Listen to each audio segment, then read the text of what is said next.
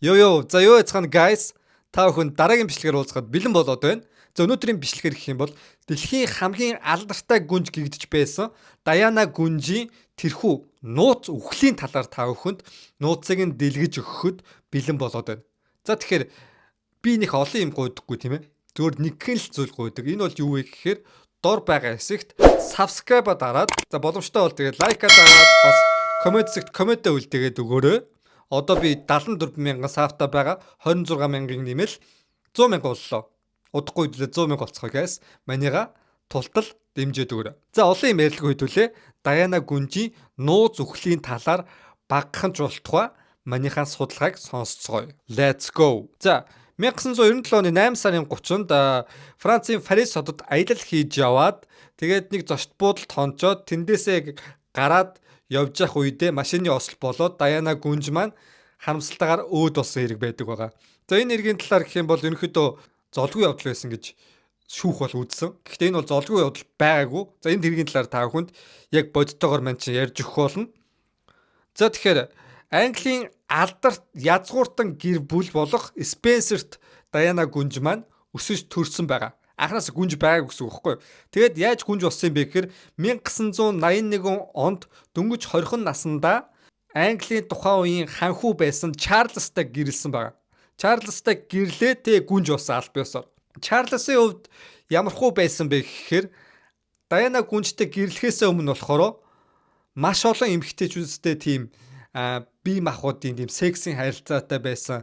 Дээрээс нь ингэж явуулж муулж янз бүр болдог тийм харилцаатай байсан. Тэгээ Даяна гүнжтэй яах гэж гэрэлсэн юм бэ гэхээр ямар нэгэн хайр дурлал ч юм уу те гэр бүл болооч гэдэг юм уу те тийм зорилго юусоо байгаагүй. Гол зорилго нь юу байсан бэ гэхээр зүгээр л үр удмаа үлдэх зорилготой. Тэгээ Даяна гүнжийн хувьд ч гэсэндээ яг хуу хааны удмын гэр бүл биш байсан ч гэсэндээ тийм язгууртай удамтай байсан бохгүй юу. Тэгээд гэрэлснийхаа дараагаар ч гэсэндээ Camilla Parker Bowles гэдэг нэртэй эмэгтэйтэй явуулдаад Даяна гүнжийг бас нэлээд хэцүү байдалд оруулж ирсэн.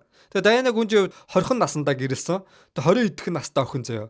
Тэгээ нөгөөх нь ингээд гэрэлчээд өөр эмэгтэйтэй явуулдаад хонож өндүүдээр янз бүр болоод ингээд яваад байгаа байхгүй юу.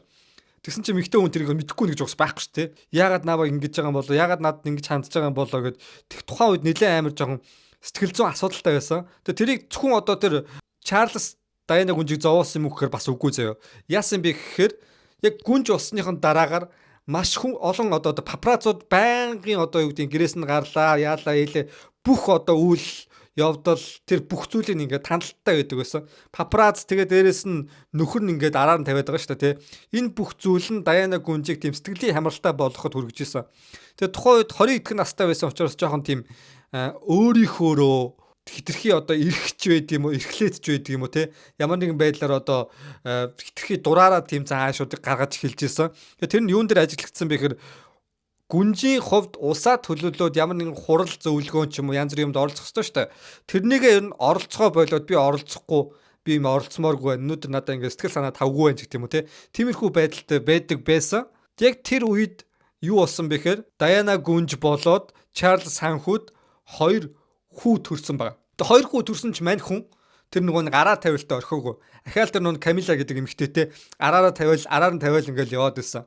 Тэгэд Даяна гүнжийн хувьд сүүл рүүгээ бүр цөхрөөд бууж өгөөд за энэ эрэгтэй бол намайг угаасаа хайрлахгүй юм байна. Яаж ч удсан энэ Чарльз гэдэг эрэгтэй бол намайг хайрлахгүй юм байна. Тийм учраас би 2 хүүгээ л хайрлая. 2 хүүдээ санаа тавья гэд 2 хүүгээ өөрийнхөө чадах чинээгээр хайрлаад тэгээд одоо бүх зүйлд нь туслаад байнгын одоо үйл ажиллагаа дээр сургуульд одоо боловсрол энтерт нь хамт байж ингээд хүүхдүүдэд ингэж өсгөж хүмүүжсэн байгаа байхгүй юу. Тэгээд тэрнийхээ хажуугаар болоогүй Даяна гүнжийн хувьд гэх юм бол улс төрийн хэрэгт заяа. Улсаа төлөөлж оролцдог. Тэгээд дээрэс нь бүр ядуу зудуу хүмүүс одоо буйны үйл ажиллагаа гэдэг юм те тусламжийн үйл ажиллагаа үзүүлдэг. Дээрэс нь хар тамхины тийм хамааралтай хүмүүсийн эмчилгээнд бас тусалцаа үзүүлдэг. Архин донцсон хүмүүсийн эмчилгээнд тусалцаа үзүүлдэг. Тийм ч тэр ч байтугай одоо террорист хааллага янз бүрийн үйл ажиллагаанд хүртэл одоо тийм тусалцаа үзүүлж оролцдог. Ер нь юм улс төрийн юм үйл ажиллагаанд бүр амар идэвхтэй оролцож эхэлсэн байгаа байхгүй юу. Тэгээд булавч бултайн гэдэг шиг нөгөө нэг Чарльз маань үргэлж ингээд улс төрийн ажилласаа ингээд орхиод Даяна хамаг ажиллаад даатхаа тэгээд ингээд араар нь тавиад ингээд хонод өндөртөр яваад байвал баригдах нь тодорхой тийм үү. Тэгэд баригдсан байгаа. Папарацууд баригдаад Даяна гүнжийг эн чинь ингээд араар нь тавиад Чарльз ханхууч ингээд өөр эмэгтэйд яваад байгаа юм биш тэгээд Чарльзын нэр хүнд нас унсан шууд. Эсвэргээрээ Даяна гүнжийн нэр хүнд бүр ингэж өргөгдсөн байхгүй юу? Тэгээд өргөгдснөөс ахуулаад Даяна гүнж ингээд Англид бүр тэр чигээр ингээ амар алдартай болж эхэлж байгаа байхгүй юу? Тэгээд тэр хоёрын одоо харамсалт тэрхүү гэрлэлт хайр дурлал нь 1996 оны 8 сарын 28-нд албан ёсоор Чарльзаас салгаар болсон байгаа. Гэхдээ бодолтой. Хоёр хан хүүг төрүүлж өгсөн. Хоёр хүүгэн төрүүлж өгсөн. Салсныхаа дараа Даяна гүнжийн тэр эрх мэдэл хэвээрэл байгаадсан байхгүй юу? Тэгэд олон улсад бүр гадаад асуудалд улсаа төлөөлж оролцох бүхий тэр эрх мэдэл нь одоо байгаа л гэсэн. Тэгээ тэр ажлыгчс одоо улсаа төлөөлж оролцох тэр ажлыгч хийгээл яваадсан Даяна гүнжийн хувьд. Тэгээд 1997 онд Harrods гэдэг нэртэй тухайн үеийн тийм нэг их дэлгүүрийн ажилуулдаг Египтийн тийм нэг компани гэдэг байсан юм л айгу том компани. Тэр том компани захирал Мухаммед болохоор өөрийнхөө гэртээ урьсан байгаа. Тэнгүүд Даянагийн хувьд гэх юм бол гэрт нь урилгаар очихдоо том хүү болох Доди Алпейдтэй танилцсан. Тэгээ танилцсан өдрөөс ахуулаад тэр хоёр айгу дотн болоод болцдог болж эхэлсэн байгаа. Тэгээ Додигийн хувьд ямар мэрэгчлээ ямар хүн байсан бэ гэхээр кино компани тийм продюсер хийдэг бас ерөнхийдөө айгуу нэлээд гайгүй карьер өндөртөө тийм залуу байсан байгаа. Тэгээ аав нь тийм том компани бас захирал. Тэгээ 1997 оны 8 сард энэ хоёр ингэж болцож явж байгаад папарацци яалтчгүй урд нь өртөө баригдсан байгаа. Тэгээ 1900 оны тэр 8 сарын 30-нд болохоор энэ хоёр Парис руу саяны хэлсэн одоо тий Францын Парис руу аялахаар явсан. Тэгээ аялахаар явахдаа болохоор Эрдэд Парис гэдэг нэртэй зочд буудал захиалга өгөөд буудлахаар болсон. Тэгээ ерөнхийдөө тэр зочд буудалдаа буудлаад буудлах хүртэл бас папараццууд ингээд дагаж яваад байгаа байхгүй юу. Тэгээ буудалч нэг хончоод гарч явахдаа юу гэж хоорондоо ярилцсан бэ гэхээр за одоо ингээд папараццууд амирх дагаад байна. Энэ амир ядаргаатай байгаа учраас хоёулаа шууд манайх руу явъя гэд Доди тэгж хэлсэн байгаа байхгүй юу. Тэг гэрлүүн дагуулж авах гад. Гэхдээ нөө нэг дагуулж авахсан дахиад папарацци дагана шүү дээ, тий. Тийм учраас өмнө явж ирсэн машина төрүүлж ингээ албаар өөрийнхөө нэг хамгаалагчтай ингээ өгж бариулаад тэр нь ингээ төрүүлж өрх болгож гаргаад тэрний дараа болохоор Mercedes-Benz-ээр гарсан байгаа байхгүй юу. Тэгээ төрүүлж гараад Mercedes-Benz-ээр гарсан ч гэсэнтэй харамсалтай нь тэр Mercedes-Benz-ээр гарсанд баригдсан ахаар папарацци. Тэгээ баригдаад араас нь хөөж эхэлсэн байгаа байхгүй юу. Тэгсэн чинь тухайд жолоог хэн барьж исэн бэ гэхээр тэр Риц гэдэг нэртэй зочд буудлын хамгаалтын ахлагч Хенри гэдэг нэртэй залуу жолоог барьж исэн. За Хенригийн хувьд гэх юм бол тухайн яг өмнөх өдөр нь шүнжэнгөө огт унтахгүй тасралтгүй ууцсан. Тэгээ нөө архинд баг гараагүй байж байгаа жолоо орсон гэж байгаа. Тэгээ папараццууд дагаад эхэлсэн чинь шууд зүхтах гад 130 км-ийн хурдтайгаар зүхтаж эхэлсэн. Тэгэд нэлээд зүхтаж ингэж явж байгаад яг 12:35 болж байхад Алма гэдэг нэртэй түнэлд орсон. За тэр түнэлд ороод шууд ослуулсан байгаа байхгүй юу. Тэгээ осол болсноос болоод Доти Хенри жолоож авсан Хенри болоод Доти хоёр тэр дороо нас барсан. За тэгээ энэ машинд болохоор зөвхөн Доти Хенри Даяна байгаагүй. Бас Даянагийн нэг бие хамгаалагч бас цуг байсан байгаа байхгүй юу. Тэгээ Доти Хенри хоёр тэр дороо нас бараад Даяна болохоор амьд байсан байгаа. Тэгээ түргэний тэрэг ирээд авсан гэж байгаа. Түргэний тэрэг ирээж аваад яг эмнэлэг хүртэл явж явах хугацаа эмнэлэг хүртэл очиод тэгээ 4 цагийн дотор Даяна харамсалтайгаар өөд болсон байгаа Даяны гүнжийн хувьд. Тэгээ тэр үед болохоор дагаж явж исэн одоо 7 тийм папараццтай байгаа байхгүй юу. Тэр папараццууд нь болохоор ослуулчиход байгаа штэ, хүн өгцөн байгаа штэ. Тэгсэн чи очиод зураг аваад байсан гэж байгаа. Тэгээ тэд нар нь болохоор сүулт ингээд хүн амныг хэрэгээр тэгээд бас татагдан баримтлагдсан тийм үйл явдал бас болсон. Энэ бол угаасаа яаж ч удсан амар зөв үйл явдал байгаа байхгүй юу. Тэгээ энэ дээр яг одоо хүртэл тодорхой болоогүй нэг үйл явдал байдаг. Энэ болохоор Мухаммед гэдэг нэртэй аавынх нь гэрчлэлээр ингэж хийгдсэн зүйл байгаа байхгүй юу. Энэ болохоор юу гэж хэлсэн бэ гэхээр Даяна тухайн үед Дотигоос аль хэдийн жирэмсэн болсон байсан.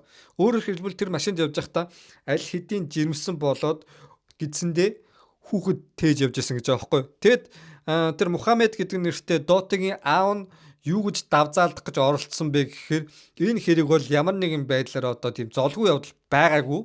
Энэ хэрэг бол цэвэр аллага байсан гэж хэлсэн. Тэгээ яагаад аллага байсан бэ гэдэг. Энэ зүгээр нэг аллага биш заяа. Английн засгийн газар энэ хэргийг үйлдсэн гэж үзсэн юм бэлээ. Тэгээ яагаад Английн засгийн газар үйлдэхэр болсон юм бэ гэдгсэн чинь тухайн үед жирэмсэн байсан. Даянагийн хувьд гэх юм бол Английн гүнж байсан. Тэгээ хамгийн алдартай байсан гэдэг утгаараа тэр жирэмсэн болсон хүүхэд нь хожимын хаан болох магадaltaй гэж үзээд устгахаар шийдсэн гэж бас хүмүүс ярьдаг юм байлээ. Ерөнхийдөө тийм цуурхал бол байд юм байлээ. Тэгээ энэ эргийн талаар маш одоо сонирж ихтэй үйл явдлууд маш их байдаг. Тэгээ тэрний талаар тэр нууцууд талаар та хүнд ярьж өгье. Тэгээ энэ хэрэгөө гэх юм бол шүүхээр яг юу гэж үзэж хаагдсан бэ гэхээр тухайн үед тэр жолоо барьж исэн Хенригийн хувьд гэх юм бол одоо шүнжэнгөө уудсан байгаа шүү дээ, тийм учраас алкоголын хэмжээ маш их гарсан гэдэг үндслээр энэ хүн согтуугаар жолоо ураад тэгээд тэр нь харамсалтайгаар одоо ослуулсан гэж үзсэн. Гэхдээ энэ бол яг тийм зүйл байгаагүй байгаа. Тэгэхээр эндээс яасан бэхээр тэр хэрэг болохын бүр өмнө заяа 1996 онд Дайана Гүнж болохоор өөрөө яг тийм хэрэг болно гэдгээ урьдчилан зөвгөнсөн тийм захиаг бичсэн байдаг байгаа. Тэр захиандаа болохоор юу гэж бичсэн бэ гэхээр Чарльз одоо өөрийнхөө явуулцдаг тэр нууц амраг эмэгтэйтэйгээ гэрлэхийн тулд машиныг торомзыг хуурамчаар эвдлээд намайг одоо алахыг завдах байхаа гэсэн тийм зүйлийг өөрийнхөө туслах руу тийм захиа явуулсан байгаа байхгүй. Тэгэд хамгийн одоо сонирхолтой тийм зүйл нь гэхээр энэ захиа яг тэр чигээрээ яг машины ослоор Чарльз албаар юм зохион байгуулалт дээр одоо нууц амраг тэр нэг өөрийнхөө явдаг байсан Камила гэдэг эмэгтэйтэй гэрлэхийн үндсэн дээр зохион байгуулсан гэдэг нь баг тодорхой болчихж байгаа. Энд шүүх хурал мурал янз бүрээр явсан. Гэхдээ эцсүүлд нь энэ бол зүгээр ингээд осол байсан гэдгээр дууссан байгаа даахгүй амар харамсалтай. Тэгээ эндээс бас гадна заяа тэр хэрэг болохоос бас нэлээд хэсэг хугацааны өмнө 1987 онд болсон хэрэг байгаа юм л да. Дайана Гүнжтэй явдаг байсан гэж нэг бие хамгаалагч байдаг гэсэн юм. Энэ нь болохоор Барри Манаки гэдэг бие хамгаалагч.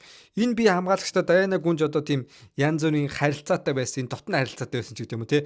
Иймэрхүү цуурхал аягүйх явдаг байсан. Тэгээ тэрнээс нь болоод энэ одоо Барри Манаки гэдэг бие хамгаалагчийг бүр бие хамгаалагчийн ажлаас нь хүртэл ингэ түтгэлзүүлсэн байдаг.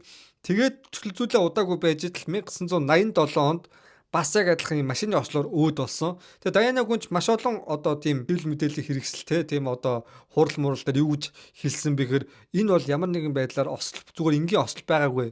Энэ бол аллага байсан. Аллага байсан гэж маш олон удаа гэрчилсэн байдаг. Гэхдээ энийг бол тэгээд тодорхой болоогүй хэрэг учраас хинч одоо аллага байсан гэдгийг бол нотолцуулж чадаагүй. Тэгээд энэ хэргийг ийм болгоод дээрэс нь энэ нэрэгт амар олон нууцуд байдаг. Тэр ч утгаа Дотигийн тэр аав Мухаммед нь юу гэж хэлсэн бэ гэхээр энэ хэрэг бол MI6 буюу MI6 гэдэг нэртэй тийм мэрэгжлийн газрын хийсэн тийм аллага байна гэж хэлсэн. 6-ад өмнө ажилтдаг байсан Ричард гэдэг нэртэй тийм ажилтны хэлсэн зүйл нь юу байсан бэхээр өмнө ингээд Сербийн ерөнхийлөгчийн алган хэрэг болсон юм байна л да. Тэр Сербийн ерөнхийлөгчийн алган хэрэг нь ямар хэрэг болсон бэхээр яг Дайана Гүнжийн тэр машин ингээд тэр түнэлд ингээд орж байгаа шүү дээ. Түнэлд орсон чинь түнэлд ингээд асар их юм гэрэл гараад шууд ингээд гэрэл амьсч байгаа юм шиг гэрэл гараад тэгээд жолооч угаасаа ингээд гэрэл амьсгаж ингээд өөрийнх нь ингээд юм харахаа болоод ингээд хэлж штэ. Тэгээд шууд ингээд ослуулж хэлсэн. Тэгээд тэр тэнд болохоор ингээд бүр гэрчүүртэл байдаг ийм хоёр ийм мотоцикл орж ирсэн гэж байгаа байхгүй. Тэгээд тэр яг түнэл дотор яг тиймэрхүү хэсэгхэн хугацаа болоод энэ хэрэг ингээд тэр чигээрээ оронгоор эргээд тэр осол болчихж байгаа байхгүй. Тэгээд энэ нь болохоор яг тэр нэг MI6-ад өмнө ажиллаж байсан хүн нь болохоор бүр ингээд гэрчлээд яг ийм зохион байгуулалттай юм аллага байна. Энэ бол яг ийм аллага байна гэж хэлсэн. Тэгээ тэр ч байтугай Дайанаг тэр үед одоо машинтаа явж явах үе штэ. Яг түнэл дотор тийм байхгүйсэн чинь машинтаа ингээ явж явах үед 14 тийм CCTV буюу камер нь болохоор зүгээр энгийн үед бол тэр одоо түнэл рүү орж байгаа ч юм уу те камер ингээ харж болно штэ. Буруу тишийг харж ирсэн гэж байгаа байхгүй. Буруу тишийг харж ирсэн. Бүр энэ амар ноцтой байгаа штэ. Энэ бол яаж ч утсан баг 100% аллага байгаа сте. Тэгээ дээрэс нь тэр үед осол болоод Дайана Гүнж амьд байсан. Тэр ч утгаа тэр үед одоо тэр яг ослыг харсан хүн бүр байгаад байгаа байхгүй. Дайана Гүнж ингээд юм ярих гад юм ярьж исэн гэдэг байгаа байхгүй. Тэгсэн чинь энгийн үед бол маш хурдан ирэх ёстой байсан. Түргэний тэрэг нь бүр амар 20 минут болж ирсэн гэж байгаа. Тэгээ 20 минут болж ирчээд цаг гарам явж иж тэр нэг эмнэлэг рүү өргөж гисэн гэж байгаа. Тэгээд энэ дээр нэг сонирхолтой таамаг нь юу гарч ирсэн бэхээр Дайана Гүнж амьд байгаад амьдрах боломжтой байсан. Гэсэн ч энэ цаг гарan явж явах үед буюу яг эмнэлгийн машин дотор албаар бүр аллага үйлдсэн. Хүйгүй учраас албаар алах гэж аллага үйлдсэн. Тэгэж ийм удаан ирж удаан явсан гэсэн үг байхгүй. Тэгээ харамсалтай Дайана Гүнж ийм ноцлоо байдлаар Английн улсын засгийн газар тэр муу Чарльзын одоо муухай үйлдэлээс болоод ингэж хорлогдсон байгаа байхгүй. Ийм залуухан царайлаг Тэгээ ийм алдартай гүнж. Тэгээ энэ угаасаа ингэж харах юм бол яаж ч бодсон зохион байгуулалттай аллах нь баг тодорхой байгаа сте тийм ээ guys. Мантай гал санал нийлж байна. За тэгээд энэ бол айгүй бас тайлагчгүй нууцуд ч юм уу те. Тийм тайлагчгүй бас нууц хэрэг байгаа. Английн засгийн газрын тэр муу ялангуяа тэр зүүн Чарльзын хийсэн айгүй муухай хэрэг. Тэгээд Чарльз гэснээс guys нэг би одоо One Piece ярьдаг болохоор ингээм нэг зүйл санаанд ороод One Piece дээр Чарльз гэдэг нэртэй Тэнгэрийн луу буюу дэлхийн засгийн газрын бас нэг тийм хунтааж байдаг байхгүй юу? Тэнэг хунтааж амар царамуутай. Тэр хунтаажийг Ода сенсей маань яг One Piece-ийн тэр нөө Тэнгэрийн луу хийх давч зохион бүтээж хийсэн болов гэж бол бодсон. Тэр юм болгон ямар учиртай байгаас гэдэг шиг. Тэгээ Дайна Гүнжийн хувьд маш харамсалтайгаар өөд болсон. Яг Английн засгийн газрын зүгээр юм тоглоом болгочихж байгаа байхгүй. Тэгээ бодоод үзлээ. Англид биш те бүр Францд байж хат тэр камерынх нь юуг тэгэж өөрчсөн. За тэр ч байтугай заяа. Энгийн үед бол тийм хосол олцсон газрын тэр юуч амар ингээд тойруулаад юм ингээд капшн гэж хадаал. Тэгэл тэр чинь ингээд нөө кино монзор гардаг шиг ингээд мөрдөн байцаагч нар ирээл бүр ингээд унтсан юм юу байна одоо тэр нотлох баримт нь юу байна те. Тэнд одоо юу үлдсэн. Тэгтэл тэр нь болохоор 4 хоногийн дотор огт юу ч байгаагүй юм шиг цус мус бүх юм ингээд газар өрснөөр тэр нотлох баримтууд нь артсан гэж байгаа байхгүй. Тэгээ одоо хүртэл нотлогдоогүй ийм хэрэг. Харамсалтайгаар Дайна Гүнж буруу үнтэйгээ суугаад тим сайхан гүнж, тим сайхан эмэгтэй өөд болсон. Ийм харамсалтай хэрэг. Тэгээд энэ хэргийн талаар та бүхэнд бас маш товчхон ярьж өгсөнд бол баяртай байна. Тэгээд яг хоо энэ хэргийн талаар маш олон бас яг шүүх хурлын талаар олон зүйлүүд бол детальтай зүйлүүд бол байдаг. Энийг тэр зүйл рүү бүр ингэж орохгүйгээр маш товчхон ярьж өгсөн шүү заяа guys. Тэгэд иймэрхүү тайлагчгүй нууц үзчих юм уу? Иймэрхүү эргүү таалагч юм те. Таалагч юм те ч юм. Тэгээ таалагч байвал та бүхэн комент өгдөгрөө за. За маань ч тэгээд бичлэгээ үргэлжлүүлсээр л байх болно. Тэнцсээр л байх болно. 100 мянгаыг зорж байгаа. 100 мянгаыг бол энэ жил яг 100 мянгаыг бол зориагүй. Тэгээд энэ жил бол 200 мянгаыг зорж байгаа. Хэдүүлээ Монголд нэлээд импакт өгдөг, нэлээд бас алдартай гайгүй хүн болгоны үздэг, мэддэг тим сууг болцгоё guys. Тэгээ мань ч гэсэндээ тим сууг болохын тулд маш хичээх болно. Өөрийнхөө чадах чинээгээр хичээх болно. Ер нь бол боломжгүй гэж бол бодохгүй байгаа. Боломжтой энэ бол. Боломжтой. Надаас бас та бүхний дэмжлэгээс талаа шүү. За guys. Тэгэхээр манийга дэмжиж subscribe хийгээд өгөөрэй. Бичлэг энэ үзсэнд үнэхээр их баярлалаа. Дараагийн бичлэгээр One Piece-ийн бас сонирхолтой зүйлийг ярьж өгөх болно. За олон юм ярилцлага хөтөлөө бичлэгээ дуусгацгаая. Bye.